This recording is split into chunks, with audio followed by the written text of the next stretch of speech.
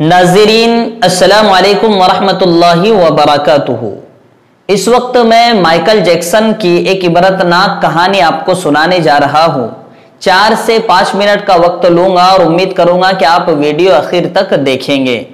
नाज़रीन, Michael Jackson को कौन नहीं जानता, जिसने म्यूजिक और डांस की दुनिया को एक नया नाम दिया और अपना तारुफ पूरी दुनिया में करवा दिया।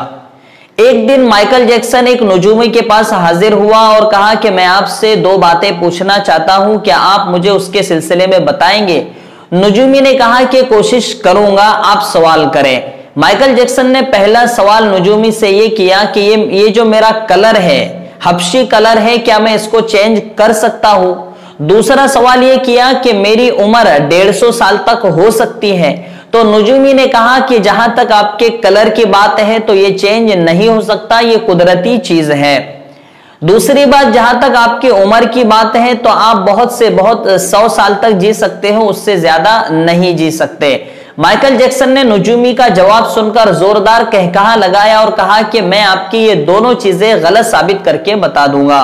और उसने इन दोनों चीजों को साबित करने की ठान ली और पूरे अमेरिका और यूरोप के 55 सर्जरी डॉक्टर्स को जमा किया और अपनी सर्जरी करवाई। और सर्जरी करवाने के बाद एक नया माइकल जैक्सन दुनिया के सामने पेश हुआ। बैड नामी उसने एक सीरीज रिलीज की। उस वक्त गूगल पर 3 करोड़ लोगों ने उसे देखा और माइकल जैक्सन का ये हुलिया लोगों ने बहुत ज्यादा पसंद किया।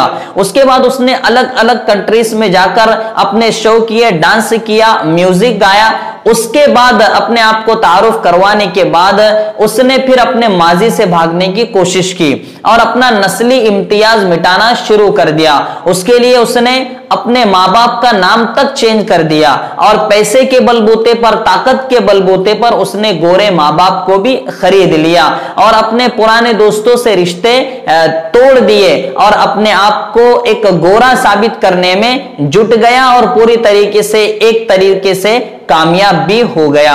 अब दूसरा जो उसका चैलेंज था कि मुझे 150 साल तक जीना है, तो उसके सिलसिले में अब उसने कोशिश शुरू कर दी और उसके लिए उसने ऑक्सीजन तंबू में रहना शुरू कर दिया और लोगों से जब भी मिलता था तो दस्ताने पहनकर मिलता था। इसी तरह मास्क पहना करता था और उसके साथ हमेशा 12 डॉक्टर्स की टीम रहा करती थी जो उसकी देखभाल किया करती थी और हर रोज उसका हर एतबार से टेस्ट लिया जाता था।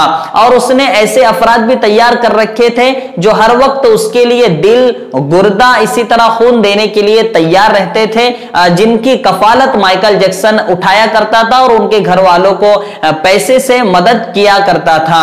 और उसने इस तरीके से अपने आप को पूरे तरीके से जाहिरी एतबार से महफूज कर लिया था और इत्मीनान उसने अपने आप में ले लिया था कि अब मैं 150 साल तक जी लूंगा।